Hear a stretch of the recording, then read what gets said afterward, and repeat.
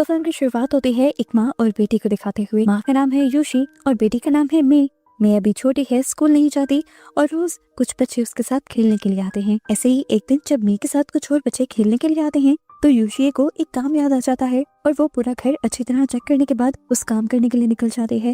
लेकिन जब वो घर वापस आती है तो उसे घर पे कोई बच्चा दिखाई नहीं देता, यहाँ तक कि मैं भी नहीं। कुछ देर तक तो उसे लगता है कि वो अपने दोस्तों के साथ खेल रही होगी या उनके घर चली गई होगी। लेकिन जब ज्यादा टाइम गुजर जाता है तो वो पता करती है, बच्चे बताते हैं कि मैं तो उन्हें काफी देर तक नहीं मिली थी। ये खबर सुनकर वो बहुत ही ज्यादा पैनिक हो जाती है और हर जगह मे को ढूंढने के बाद वो अपने हस्बैंड को कॉल कर देती है कि मे गायब हो गई है। इस टाइम तक पुलिस भी उसके घर आ गई थी और उसने मे की कंप्लेन भी कर ली थी। पूरा दिन पुलिस वाले यहाँ तक के सब लोग मिलकर मे को ढूंढने की कोशिश करते हैं लेकिन मे नहीं मिल पाती। थक हार कर सब लोग घर आ जाते हैं। रात को यूशी जब गंदे कपड़े डालने के लिए वॉशिंग मशीन के पास जाती है तो जोर से चिल्ला देती है क्योंकि उसकी बेटी मी मशीन के अंदर फंसी हुई थी और दम घुटकर मारी गई थी। यूशी के लिए ये एक बहुत बड़ा सदमा था। खैर, इस हादसे को 1 साल गुजर जाता है और हम देखते हैं कि यूशी अभी भी उस सदमे से बाहर नहीं निकल पाई। वो जानती है क्योंकि वो जानती थी कि उसकी मशीन का लॉक खराब है। अगर कुछ दिन पहले ही वो मशीन रिप्लेस कर लेती तो शायद वो हादसा ना होता। बहुत सी थेरेपीज लेने के बावजूद भी वो मूव ऑन नहीं कर पा रही। इसीलिए एक दिन यूशी की मॉम यूशी के पास एक पम्फलेट लेकर आती हैं। इस पर एक टेम्पल के बारे में बताया गया था जहाँ पर मरने वालों की कुछ चीजों को ले जाकर एक रिचुअल के जरिए जलाया जाता है और उसके बाद इंसान मूव ऑन कर जाता है। यूशी की मॉम चाहती थी कि यूशी उस टेम्पल में जाए। यूशी भी सोच में पड़ जाती है लेकिन अचानक ही खिड़की के पास खड़ी हुई यूशी के हाथ से वो पम्फलेट गिर जाता है और हवा के तेज होने की वजह से वो आगे की तरफ उड़ने लग जाता है। यूशी भागकर उसे पकड़ने के लिए जाती है और वो पम्फलेट जाकर एक डॉल के बॉक्स के ऊपर लग जाता है। यूशी उस अजीब से पुराने बॉक्स के अंदर रखी हुई डॉल को देखती है। पता नहीं क्यों पर उसे इस डॉल से ऐसी अट्रैक्शन हुई थी जैसे ये डॉल उसकी अपनी बेटी हो। वो उस डॉल को खरीद कर घर ले आती है और आज शाम जब यूशी के हस्बैंड घर वापस आते हैं तो वो नोटिस करते हैं कि यूशी आज बहुत ही ज्यादा खुश थी और उसका ये चेंज देखकर वो खुद हैरान भी था और खुश भी। यूशी ने आज सबके लिए अच्छा खाना भी बनाया था। वो भी खुशी खुशी डाइनिंग टेबल पर जाकर बैठता है तो एकदम से शॉक हो जाता है क्योंकि वहाँ पर उनकी बेटी की चेयर पर एक डॉल रखी हुई थी। वो इस डॉल को देखकर खामोश हो जाता है क्योंकि वो समझ गया था कि अगर इस डॉल की वजह से ही यूशी का मूड ठीक हुआ है तो वो इस डॉल को यूशी से दूर नहीं करेगा। ऐसे ही दिन गुजर जाते हैं। यूशी उस डॉल को बिल्कुल अपनी बेटी की तरह पालती है, उसके लिए कपड़े लेकर आती है, उसे नहलाती धुलाती है, साफ करती है। और एक सबसे अजीब बात हम ये नोटिस करते हैं कि उस डॉल के बाल और नाखून बार बार बड़े हो जाते हैं जिसे यूशी काटती भी है लेकिन उसे खुद इस बात का एहसास ही नहीं होता कि ये सिर्फ एक डॉल है, इसके बाल या फिर नाखून कैसे बड़े हो सकते हैं। काफी अरसा गुजर जाने के बावजूद भी जब जब दादा हिकू यूशी की उस डॉल को देखता था तब तब डर जाता था। उसे कभी इस डॉल से अच्छी फीलिंग नहीं आई थी। एक दिन वो यूशी को डॉक्टर के पास भी ले जाता है और उसे डॉल वाली बात बताता है। डॉक्टर दादा हिकू को पर्सनली बुलाकर कहती है कि तुम यूशी से उस डॉल को दूर मत लेकर जाना, वो तुम्हारी वाइफ के लिए एक जानवर की तरह काम कर रही है। जिस तरह लोग अक्सर जानवरों को अपने बच्चों की तरह पालते हैं और मूव ऑन कर जाते हैं, ऐसे ही यूशी उस डॉल की वजह से मूव ऑन कर रही है। दादा ही को भी उनकी बात समझ जाता है और अब लाइफ थोड़ी नॉर्मल होने लग जाती है। और इसी सब के दौरान इन्हें दोबारा से खुशखबरी मिल जाती है कि उनके घर जल्द ही एक बेबी आने वाला है। यूशी के अंदर तो जैसे एक नई जिंदगी आ गई थी, उसने दोबारा से जीना शुरू कर दिया था। कुछ अर्सा गुजरा और उनके पास दोबारा एक बेटी पैदा हुई जिसने उनकी फैमिली दोबारा से कंप्लीट कर दी। इस बेटी का नाम उन्होंने पहली बेटी से मिलता जुलता ही रखा था, माई। माई के आने के बाद जैसे यूशी उस डॉल को भूल ही गई थी। उसने उस डॉल को फेंका तो नहीं था लेकिन साइड पर रखना शुरू कर दिया था। कभी कभार यूशी उस डॉल को माई को चुप करवाने के लिए इस्तेमाल कर लेती थी। एक दिन वो बेबी मॉनिटर पर देखती है कि जहाँ वो उस डॉल को माई के साथ लटा कर गई थी अब वो डॉल माई के ऊपर आई हुई थी। यूशी और उसकी मॉम फौरन ही माई के पास जाते हैं और देखते हैं कि माई रो रही थी और उस गुड़िया के बालों से माई की गर्दन पर चोट भी लग चुकी थी। वो काफी परेशान हो जाते हैं और यूशी की मॉम गुस्से में उस डॉल को साइड पर फेंक देती है। रात होने पर यूशी ये सारी बातें दादा हिको को यानी अपने हस्बैंड को बताती है और उसके हस्बैंड फैसला करते हैं कि वो इस डॉल को दोबारा से बंद कर देंगे। और ये करने के लिए जब वो अपनी बेटी के रूम में जाते हैं तो वो पहली मर्तबा उस डॉल के बॉक्स को देखते हैं जिसके ऊपर अजीबोगरीब इनकैंटेशंस यानी मंत्र लिखे हुए थे। खैर दादा हिको इस चीज को भी इग्नोर कर देता है और ये दोनों मिलकर उस डॉल को उसे बॉक्स के अंदर बंद कर देते हैं और ऐसे फिर कुछ अरसा गुजर जाता है। सब चीजें नॉर्मल थी। माई बड़ी हो चुकी थी और अब स्कूल भी जाने लगी थी। एक दिन जब वो स्कूल से वापस आती है तो उसके पास कुछ मार्बल बॉल्स थे। एक मार्बल बॉल अचानक से उसके क्लोजेट की तरफ जाने लगता है और उसके अंदर चला जाता है। अपने मार्बल बॉल को ढूंढने के चक्कर में वो जब क्लोजेट खोलती है तो उसकी नजर उसी डॉल वाले बॉक्स पे पड़ जाती है और वो उस डॉल को बाहर निकाल लेती है। जब वो ये डॉल जाकर यूशी को दिखाती है तो यूशी थोड़ा हैरान तो होती है लेकिन ज्यादा रिएक्ट नहीं करती क्योंकि वो एक डॉल ही थी। लेकिन इस टाइम जो यूशी एक अजीब बात नोटिस कर रही थी कि डॉल के बाल अब बहुत ही ज्यादा बड़े हो चुके थे।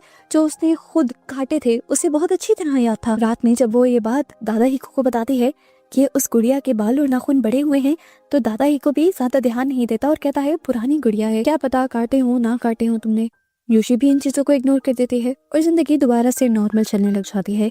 एक दिन हम देखते हैं कि माई उस गुड़िया से बातें कर रही थी और हमें उस गुड़िया की भी आवाज सुनाई देती है और ऐसे हमें ये बात कंफर्म हो जाती है कि वो एक लिविंग डॉल है, यानी जिंदा डॉल है। ऐसे ही एक रात माई को उसी डॉल से डर लग जाता है और वो आकर यूशी के पास सो जाती है और उसे बताती है कि उसे पता नहीं क्यों लेकिन डॉल से डर लग रहा है। यूशी अभी भी अपने बेटे की बात पर ज्यादा ध्यान नहीं देती। अगले दिन माई की एक दोस्त और उसकी मोम यूशी के घर पर आते हैं। दोनों बच्चे रूम में जाकर खेलने लग जाते हैं उसी गुड़िया के साथ और तभी वो जो दूसरी बच्ची घर आई थी वो जोर जोर से रोने लग जाती है। ये दोनों औरतें जब रूम में जाकर चेक करती हैं तो पता चलता है कि उस नई बच्ची के हाथ पर काटने के निशान थे। माई और वो बच्ची इनको बता रही थी कि ये काम डॉल ने किया है, डॉल ने इस बच्ची को काटा था। पर ये दोनों इस बात को मानने से इनकार कर देते हैं और यूशी को लगता है कि जरूर ये काम माई का है और वो डर कर झूठ बोल रही है और डॉल पर इल्जाम लगा रही है। फिर वो दूसरी बच्ची की मोम से अपोलोजाइज करती है, सॉरी करती है और वो लोग यहाँ से चले जाते हैं। फिर रात में काम करते हुए यूशी जब मई के रूम में जाती है तो देखती है कि माई एक पेपर बैग मुंह पर डाले हुई थी। उसे इग्नोर करके वो देखने लग जाती है कि मई का कपड़ा कितना बिखरा हुआ था। वो जब कमरा समेटने लगी तो उसे बहुत ही ज्यादा गुस्सा आया क्योंकि माई ने अपनी बड़ी बेटी की सारी पिक्चर्स को काट दिया था। बहुत सारी फैमिली पिक्चर्स उसने खराब कर दी थी और ये देखकर यूशी को गुस्सा आ गया। माई को डांटने के लिए उसने माई के सर से पेपर बैग उठाया तो देखा कि वहाँ पर वो डॉल बैठी हुई थी और माई तो पीछे से आ रही थी। आज के दिन का ये दूसरा हादसा था। यूशी फिलहाल इसे भी इग्नोर कर देती है और अगले दिन यूशी को कॉल आती है स्कूल से। माई की ड्राइंग टीचर ने अर्जेंटली यूशी को बुलाया था क्योंकि यूशी ने अपनी ड्राइंग में एक माँ और बेटी को फांसी से लटका हुआ ड्रॉ किया था और ये बहुत ही डिस्टर्बिंग ड्राइंग थी। एक बच्चे के ख्यालात इतनी डिस्टर्बिंग कैसे हो सकते हैं, ये चीज तो यूशी को भी डिस्टर्ब कर गई। माई ने एक और ड्राइंग भी बनाई थी और उसमें एक बच्ची पानी में चल रही थी और अब की बार तो यूशी समझ गई कि ये सब कुछ जो हो रहा है वो उस डॉल की वजह से ही हो रहा है। लेकिन वो अभी भी किसी से बात नहीं करती और सो जाती है। रात में दोबारा माई उसके पास डर कर आ जाती है। यूशी उसे जैसे ही प्यार करने लगती है तो उसे महसूस होता है कि ये माई तो नहीं। वो लैंप ऑन करके जब देखती है तो ये वो डॉल थी जिसे देखकर वो जोर से चिल्ला देती है और दादा ही को भी उठ जाता है। दादा ही को इस टाइम उसे रिलैक्स करता है और सुला देता है, उसकी कोई बात नहीं सुनता। लेकिन यूशी ने अब फैसला कर लिया था कि वो सुबह होते ही दादा हिको को उस डॉल के बारे में सब कुछ सच सच बता देगी। लेकिन दादा हिको को सुबह भी जल्दी थी इसलिए वो घर से निकल गया। यूशी को भी गुस्सा आया और उसने उस डॉल को एक बैग के अंदर फेंका और वो कचरे में रखाई। जिसके बाद वो घर आकर खाना बनाने लगी। अचानक से उसे मेन डोर खोलने की आवाज आती है। वो जब चेक करने के लिए जाती है तो देखती है कि दरवाजे पर वही गुड़िया सर पर पेपर बैग पहने हुए बैठी थी। यूशी को गुस्सा आ जाता है और वो अपने हाथ में पकड़े हुए रोलिंग पिन से उस गुड़िया के सर पर जोर जोर से मारने लग जाती है। वो उस गुड़िया को पूरी तरह तकरीबन कुचल ही देती है। लेकिन तब अगले ही लम्हे वो देखती है कि वो गुड़िया तो माई के बेड पर बैठी हुई थी और यहाँ पर जिसे उसने मारा था वो कोई और नहीं, उसकी अपनी बेटी माई थी। ये देखकर वो जोर से चिल्ला देती है और होश में आ जाती है। ये सब सिर्फ उसका बुरा ख्वाब था जो शायद उसी डॉल ने उसे दिखाया था। उसके होश में आते ही दरवाजे की बेल होने लगी। इस मर्तबा जब यूशी ने जाकर देखा तो सच में वही गुड़िया दरवाजे के बाहर थी और एक नोट के साथ। म्युनिसिपल वालों ने उसे वापस रख दिया था क्योंकि इतना बड़ा स्क्रैप यहाँ पर ले जाना मना था। यूशी को गुस्सा आता है और वो अब इस डॉल को लेकर खुद नीचे जाती है और अपने हाथ से गार्बेज वालों को देती है और म्युनिसिपल वालों से बात कर अपने हाथ से उस डॉल को म्युनिसिपल ट्रक के अंदर डालती है। ये आदमी उसकी बात मान जाते हैं जिसके बाद यूशी रिलैक्स होकर अपने घर आ जाते हैं। वो रूटीन के काम ही कर रही थी कि अचानक उसे बाहर शोर सुनाई दिया और जब उसने बाहर जाकर रीजन देखी तो वो पूरी तरह टूट गई। उसने जिस आदमी को वो डॉल पकड़ाई थी वो आदमी अपने ही गार्बेज ट्रक के अंदर क्रश होकर मारा गया था। इतनी भयानक मौत कि कोई उसे देख भी नहीं पा रहा था। यूशी इसलिए टूट गई थी क्योंकि वो समझ गई थी ये सब कुछ उस डॉल का किया हुआ है। वो जब मर्डर सीन से साइड पर आती है तो देखती है कि उसकी बेटी उसी गुड़िया को हाथ में उठाई खड़ी थी और वो इस टाइम यूशी के ऊपर गुस्सा थी कि क्यों आपने इस डॉल को गार्बेज वाले को दिया। यूशी को ये भी नहीं समझ आती कि उसकी बेटी माई को ये बातें किसने बताई थी। इस टाइम हम दोबारा नोटिस करते हैं कि उस गुड़िया के बाल बड़े हो चुके हैं। खैर यूशी अपनी बेटी के साथ कुछ भी नहीं बोलती और वो स्टॉल को लेकर अब ये लोग घर वापस आ जाते हैं। लेकिन अब हर वक्त यूशी अपनी बेटी पर और स्टॉल पर नजर रखने लगी थी। वो दादा हिको को अपने डर के बारे में भी बताती है, लेकिन दादा हिको उसकी बात पर जब यकीन नहीं करता तो यूशी उसे बेबी मॉनिटर दिखाती है जहाँ पर मैं उस डॉल से बातें कर रही थी। और यूशी कहती है तुम मानो न मानो ये डॉल हॉन्टेड जरूर है। पर दादा हिको इन सब चीजों को इग्नोर करने को कहता है और कहता है मुझे लगता है कि तुम बहुत ही ज्यादा स्ट्रेस में हो। यूशी अब दोबारा सो जाती है और अगले दिन वो जब अपनी बेटी से हाइड एंड सीक खेल रही थी तो एकदम से उसके पीछे से किचन का दरवाजा बंद हो जाता है। वो घबराती नहीं, उसे लगता है कि शायद उसने खुद ही बंद किया होगा। दरवाजे की ओर से वो दिखती है कि उसकी बेटी किचन के अंदर ही थी, लेकिन फिर अगले ही पल उसे अपने पीछे से कोई भागता हुआ महसूस हुआ। वो माई के रूम में गई तो उसने देखा कि माई अपने ब्लैंकेट में छुपी हुई थी। उसे ढूंढने के लिए जैसे ही उसने ब्लैंकेट उठाया तो माई एकदम से बेड के नीचे चली गई और जब यूशी ने बेड के नीचे देखा तो वहाँ कोई भी नहीं था। और अब कोई ना दिखने वाली चीज अपने ऊपर एक ब्लैंकेट ओढ़ते हुए वहाँ से भाग गई। यूशी ने उसे देखा, वो कोई डॉल नहीं थी, उसकी बेटी नहीं थी, वो कोई इवल एंटिटी थी। यूशी और भी ज्यादा घबरा जाते हैं और उसे अब वो बात याद आती है कि जब उसकी पहली बेटी मे वॉशिंग मशीन के अंदर छुप कर मरी थी। वो जल्दी से लॉन्ड्री रूम में जाती है और देखती है कि सच में उसकी बेटी वॉशिंग मशीन के अंदर छुप रही थी। और जैसे ही उसने वॉशिंग मशीन को खोला तो एक भयानक दिखने वाली बच्ची ने उसके ऊपर हमला कर दिया। वो यूशी को मार ही देती पर यूशी ने अपने से दूर करते हुए उसे जमीन पर फेंक दिया और पता चला कि ये उसकी अपनी बेटी माई थी। और इतने ऊपर से यूशी की गिराने की वजह से वो बहुत ही ज्यादा जख्मी हो गई थी। ये लोग उसे फौरन हॉस्पिटल लेकर आते हैं और हॉस्पिटल में एग्जामिन के दौरान माई की बॉडी पर और भी ज्यादा चोटों के निशान देखे जाते हैं और कमर पर कुछ इस तरह के निशान भी देखे जाते हैं कि जैसे किसी ने उसे टॉर्चर किया हो या नाखूनों से मारा हो। अब तो दादा हिको को भी थोड़ा थोड़ा यकीन आने लगा था उस डॉल पर और इस टाइम तक यूशी बिल्कुल फट चुकी थी, उसका समय बिल्कुल खत्म हो गया था। वो दादा हिको को कहती है कि जाओ जाकर उस डॉल के ऊपर कोई रिचुअल करो लेकिन उसे यहाँ से खत्म कर दो। दादा हिको भी अब घर वापस आता है और उस बॉक्स पे लिखे हुए मंत्रों को सर्च करता है। इसी बॉक्स के ऊपर उसे यासुमोतो का नाम लिखा हुआ दिखाई देता है। सर्च करने पर उसे पता चलता है कि वो एक बहुत ही मशहूर डॉल मेकर था।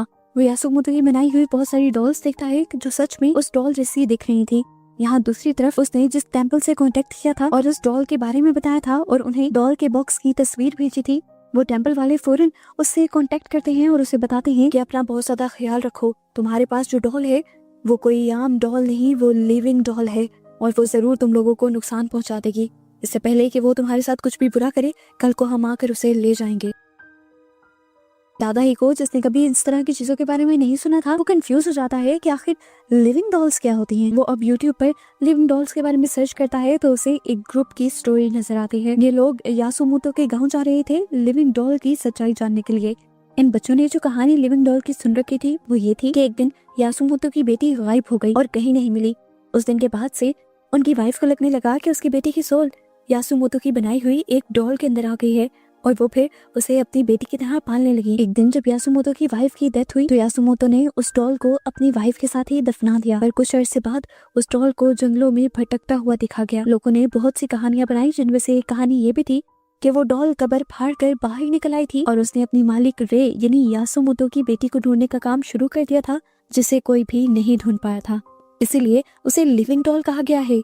दादा हिको जो ये कहानी देख रहा था उससे इस कहानी पर बिल्कुल बिलीव नहीं होता, इसीलिए वो रे के गायब होने की खबर को सर्च करता है और ये खबर भी सच्ची मिलती है। हमें दिखाया जाता है कि उस दिन ये डॉल इन्होंने अपने घर नहीं रखी थी बल्कि उस डॉल को यूशी की मॉम के घर रखवाया था और यूशी की मॉम के घर उसने अपने सारी असली पत्ते खोल दिए थे। वो यूशी की मॉम को खुल के हॉन्ट कर रही थी और उसने 2-3 मरतबा यूशी की मॉम पर अटैक भी कर दिया था। इसलिए यूशी की मॉम दादा हिको को कॉल कर कर के सारी बातें बताती है। दादा हिको फौरन उनके घर आने के लिए मान जाता है और जब वो दोबारा अपने घर के अंदर जाती है तो देखती है कि इस टाइम मे भी उनके घर पर नहीं थी। वो उसे ढूंढने के लिए बाहर चली जाती है और देखने को मिलता है कि वो एक ब्रिज पर बैठी हुई थी।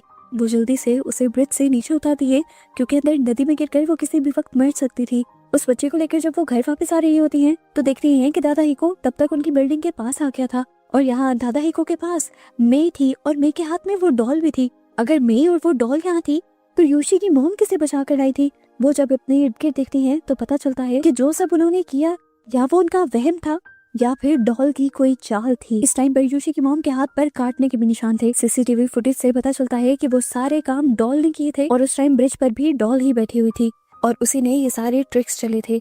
दादा हिको को अभी भी यकीन नहीं आ रहा था कि एक डॉल इतने सारे काम कर सकते हैं। इसीलिए वो उनकी वॉच और हाथ पर काटने के निशानों को अपनी बेटी के दांतों से मैच करता है, जो मैच नहीं कर रहे थे। और ऐसे दादा हिको को भी यकीन आने लग जाता है कि यहाँ पर गड़बड़ी ही चल रही है। खैर अगले दिन टेम्पल के मालिक आ जाते हैं और उनसे उस डॉल का बॉक्स ले लेते हैं। डॉल को वो एक सफेद कपड़े में बांध कर यहाँ पर रिचुअल करने लग जाते हैं, जिसके बाद उसे और बहुत सारी डॉल्स के साथ रखकर जला दिया जाता है। लेकिन यहाँ हमें इन प्रीस्ट की हकीकत पता चलती है कि उन्होंने असल में असली गुड़िया को नहीं जलाया था, क्योंकि वो गुड़िया इंटीक पीस थी और उसके बहुत सारे पैसे मिल सकते थे। इन्होंने जानबूझकर नकली गुड़िया को जलाया था ताकि यूशी और दादा हिको को धोखा मिल जाए और वो लोग असली गुड़िया को जाकर बेच दें। अब वो प्रीस्ट जैसे ही उस गुड़िया को लेकर स्टेशन की तरफ जाने वाला होता है तो अचानक से उसके मुंह से बाल निकलने लगते हैं। वो अपने मुंह से जैसे ही उन बालों को निकाल रहा होता है तो एकदम से लड़खड़ा कर एक्सीलेटर पर गिर जाता है और वहीं पर उसकी मौत हो जाती है। प्रीस्ट की हालत बहुत ज्यादा खराब हो जाती है और उसे सब लोग उठाकर एक इमरजेंसी हॉस्पिटल में ले आते हैं। हम देखते हैं कि दादा हिको भी यहीं पर काम करता था और उन्हें सभी प्रीस्ट की सच्चाई पता चल जाती है और प्रीस्ट भी डर कर इस डॉल को दादा हिको को वापस कर देते हैं और बताते हैं कि ये डॉल सच में कर्स्ड है और उसी के कर्ज से, यानी शराब की वजह से दूसरे प्रीस्ट का ये हाल हुआ था। इतने में ही यहाँ पर दादा हिको की एक नर्स आ जाती है। वो जब उस डॉल को अपने हाथ में उठाती है तो उसके मुंह से एक दांत निकल कर नर्स के हाथ में गिर जाता है। नर्स बहुत ही ज्यादा हैरान हो जाती है, ऐसा कैसे हो सकता था, एक डॉल के मुंह से दांत। ये लोग अब उस डॉल का MRI करते हैं और पता चलता है कि उस डॉल के अंदर पूरा एक इंसानी बच्ची का स्केलेटन था, ढांचा था। ये देखकर सभी का दिमाग सुन हो जाता है। फौरन ही ये लोग पुलिस को इन्फॉर्म करते हैं और पुलिस इन्वेस्टिगेशन के लिए उस डॉल को अपने साथ ले जाते हैं। पर क्योंकि प्रीस्ट और दादा हिको जानते हैं कि ये डॉल क्या कर सकती है, इसीलिए ये लोग फैसला करते हैं कि ये पुलिस वाले की कार का पीछा करेंगे ताकि ये डॉल उसको कोई नुकसान ना पहुंचा दे। यहाँ अचानक ही पुलिस वाले को इस डॉल के साथ एक तस्वीर मिलती है। वो जब तस्वीर उठाकर देखता है तो उसमें डॉल का भयानक चेहरा था, जिसे देखकर वो बहुत ज्यादा डर जाता है और उसका सड़क पर ध्यान नहीं रहता। एकदम से सड़क पर शॉपर में बंधी हुई एक लड़की आ जाती है, जिसे देखकर वो ब्रेक लगाने की कोशिश भी करता है पर ब्रेक लगा नहीं पाता और वो लड़की उसके कार के टायर के अंदर लिपट जाती है और पुलिस वाला ये सारा हादसा देखकर हैरान परेशान हो जाता है। हम देखते हैं कि इस टाइम यूशी के साथ एक और आदमी भी आया था उस डॉल की पूरी कहानी को सुनते हुए उस डॉल को लेने के लिए, और वो अब इस डॉल को उसी बॉक्स में डालकर यहाँ से ले जाता है। असल में इस आदमी का भी मकसद उस डॉल की इवल एनर्जीज को खत्म करना था। वो आदमी अब इन लोगों को लेकर हारू नाम के एक रिटायर्ड पुलिस ऑफिसर के घर आता है, जो अब व्हील चेयर पर है। वो आदमी पहले नहीं अपना इंट्रोडक्शन करवाता है और फिर उन्हें इस डॉल की असली कहानी बताना शुरू करता है। वो बताता है कि एक दिन यासुमोतो मेरे पास आया था पुलिस स्टेशन में। यासुमोतो वही है जो जापान में सबसे अच्छी डॉल्स बनाया करता था और उसकी डॉल उस वक्त में बहुत महंगी बिका करती थी। वो बहुत मशहूर था, लेकिन जिस दिन वो मेरे पास आया तो वो काफी उदास लग रहा था। उसने मुझे एक डॉल के बारे में बहुत ही भयानक सच्चाई बताई। कहानी है तब की जब यासुमोतो के घर एक बेटी पैदा हुई थी। यासुमोतो की वाइफ उस बेटी से खुश नहीं थी, उसे बेटा चाहिए था, लेकिन अब जो हो गया था उसे कोई बदल तो नहीं सकता था। वक्त गुजरता रहा और वो बच्ची कुछ बड़ी हो गई और तब तक भी इन दोनों के पास कोई दूसरा बच्चा पैदा ना हुआ। इसी गुस्से और दुख में यासुमोतो की वाइफ ने पहले अपनी बेटी को और फिर खुद को फांसी लगा लिया, पर रस्सी के कमजोर होने की वजह से रस्सी टूट गई और यासुमोतो की वाइफ बच गई, यासुमोतो की बेटी नहीं। यासुमोतो को जब ये चीज पता चली तो वो बहुत ही ज्यादा टूट गया। वो अपनी वाइफ से बहुत ज्यादा प्यार करता था, उसकी वाइफ का जुर्म ना पकड़ा जाता, इसीलिए उसने पूरे गांव में अपनी बेटी के घूमने का नाटक किया और यहाँ चुपके से अपनी मरी हुई बेटी का जिस्म उबलते हुए पानी के अंदर मेल्ट कर दिया। जब जिस्म ने अच्छी तरह हड्डियों को छोड़ दिया तो उसने अपनी बेटी के स्केलेटन के ऊपर एक पूरी डॉल बना दी और असल में यही वो डॉल थी जो इस टाइम योशियोर के हाथ में थी। उसकी वाइफ को भी तब अपने किए पर बहुत ही ज्यादा शर्मिंदगी होने लगी थी। उसने फिर उस डॉल को अपने पास रखना शुरू कर दिया और कुछ दिन बाद फिर वो भी इसी गम में मर गई और मरने से पहले उसने आखिरी ख्वाहिश ये की कि मुझे उसी पॉट में दफनाना जिसमें मेरी बेटी को उबाला था और उस डॉल को मेरे साथ ही दफना देना। सब ऐसे ही हुआ जैसे उसने कहा था। ये पुलिस ऑफिसर बताता है कि उस टाइम यासुमोतो मेरे पास आया था अपना जुर्म कबूल करने के लिए। हमने उसकी रिपोर्ट लिखी, लेकिन उसे गिरफ्तार करने के लिए हमें उसके खिलाफ सबूत भी चाहिए थे। यासुमोतो हमें उस जगह पर लेकर गया जहाँ पर उसकी वाइफ और बेटी को दफन किया गया था और जब हमने वो कब्र खोदी तो वहाँ पर सिर्फ यासुमोतो की वाइफ ही थी, वो डॉल नहीं। किसी ने उस डॉल को निकाल लिया था क्योंकि यासुमोतो की बनाई हुई डॉल्स के बहुत सारे पैसे मिला करते थे। अब वो आदमी जो योशी और दादा हिको को यहाँ लेकर आया था वो बताता है कि मेरे पास एक रास्ता है इस डॉल की इवलनेस को खत्म करने का, उसके शैतानी रूप को खत्म करने का। वो अब एक रिचुअल शुरू कर देते हैं और बताते हैं कि इस रिचुअल के बाद हमें इस डॉल को उसकी असली कब्र को ढूंढकर उसमें दफनाना होगा। रिचुअल से पहले ये लोग कब्र की ठीक लोकेशन भी जान लेते हैं और इससे पहले कि अब ये लोग अपना रिचुअल शुरू कर पाते, वो डॉल यहाँ पर एक बहुत बुरा जलजला ले आती है, हर चीज तहस नहस कर देती है, लाइट्स फ्लिकर करने लग जाती हैं और ये लोग स्टेबल नहीं रहते, सारी चीजें गिर जाती हैं और ये लोग इस टाइम उस डॉल का खौफनाक रूप देख पाते हैं। इस सब की वजह से अब उस प्रीस्ट को भी काफी सारी चोट लग चुकी थी। वो प्रीस्ट अब हिम्मत करता है और इस डॉल के ऊपर होली वाटर डालकर उसे रिलैक्स कर देता है और फिर ये लोग अपना रिचुअल पूरा करते हैं। क्योंकि उस प्रीस्ट को चोट लगी हुई थी, अब वो तो आगे जा नहीं सकता था, इसीलिए आगे का काम वो यूशी और दादा हिको के जिम्मे लगा देता है, उस डॉल को उस गड्ढे वाली कब्र में डालने का। ये लोग अब सही जगह पर पहुंच जाते हैं। दादा हिको उस कब्र का लिड उठाता है और यूशी उसके अंदर उस डॉल को डालती है, लेकिन उस दौरान उसकी बड़ी बेटी की पिक्चर भी उसी के अंदर गिर जाती है और ये देखकर उसे बहुत ज्यादा गुस्सा आता है। जब वो उस पिक्चर को लेने के लिए अंदर की तरफ जाने ही वाली होती है तो अचानक से वो डॉल जिंदा होकर उसे पकड़ लेती है और उसे अंदर की तरफ खींचने लग जाती है और दादा हिको अपनी वाइफ को बचाने लग जाता है। इस टाइम पर इन दोनों को कुछ ऐसे भी आते हैं जैसे इनकी अपनी बेटी वॉशिंग मशीन के अंदर फंस गई हो। दादा हिको वॉशिंग मशीन को तोड़कर अपनी बेटी को बाहर निकालता है, लेकिन यहाँ असल में दिखाया जाता है कि दादा हिको ने अपनी वाइफ को असल में बाहर निकाल लिया था, लेकिन अभी भी उसके बाल उसी लिड के अंदर फंस गए थे। यूशी अपने बालों को काट कर अपने आप को छुड़वा लेती है और फाइनली ये लोग इस बुरे ख्वाब से आजाद होकर अपने घर वापस लौटते हैं। अब इनकी लाइफ काफी ज्यादा नॉर्मल हो चुकी थी। कुछ अर्सा गुजरता है और हम देखते हैं कि वो प्रीस्ट जिसने वो सारा रिचुअल किया था वो यूशी और दादा हिको से मिलने के लिए आया था। यहाँ पर यूशी की मॉम उस प्रीस्ट को एक फुटेज दिखाती है उस बेबी मोनीटर की, जिसमें साफ नजर आ रहा था कि मे उस डॉल से बात कर रही है।